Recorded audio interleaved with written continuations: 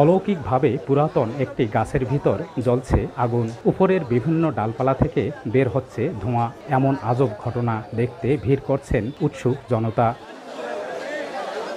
প্রায় 50 বছরের পুরনো একটি শিলকড়াই গাছের ডালপালা দিয়ে ধোঁয়া বের হতে দেখেন স্থানীয়রা। পরে গাছের কাছে গিয়ে বুঝতে পারেন গাছের গোড়ার ভিতরে জ্বলছে আগুন।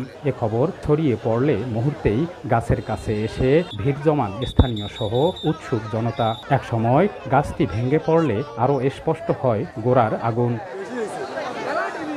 কুড়িগ্রামের চিলমারি রমনা স্টেশন অফিস রুমের দক্ষিণ পাশে অবস্থান এই শিলকড়াই গাছটির। এই গাছের ছায়ায় সময় কাটান ট্রেনের যাত্রী সহ স্থানীয়রা। কিন্তু জীবন্ত গাছের গোড়ার ভিতরে আগুন এবং ডালপালা দিয়ে ধোঁয়া বের হওয়ার ঘটনা দেখে অবাক হন তারা।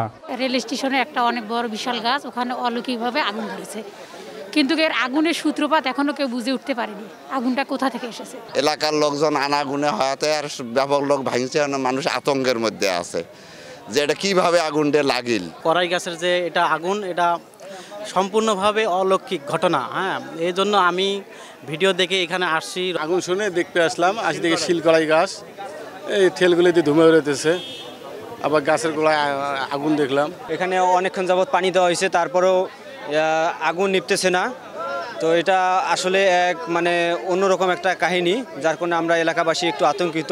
সকালে গাছে আগুন লাগার খবর শুনে ছুটে আসেন চিলমারি ফায়ার সার্ভিসের কর্মীরা। পানি ছিটিয়ে আগুন নেভানোর চেষ্টা করে ফিরে যান তারা। পরে গাছটি ভেঙে পড়লে আবারও ফায়ার সার্ভিসের কর্মীরা এসে আগুন নেভান। তবে আগুন লাগার কারণ জানা নেই বলে জানায় ফায়ার সার্ভিস। তাৎক্ষণিক পাম্প চালু করার পর গাছে উপরে উঠে বিভিন্ন ধরনের ছিদ্র, কয়েকটা ছিদ্র আছে, ছিদ্রতে আমরা পানি দিই।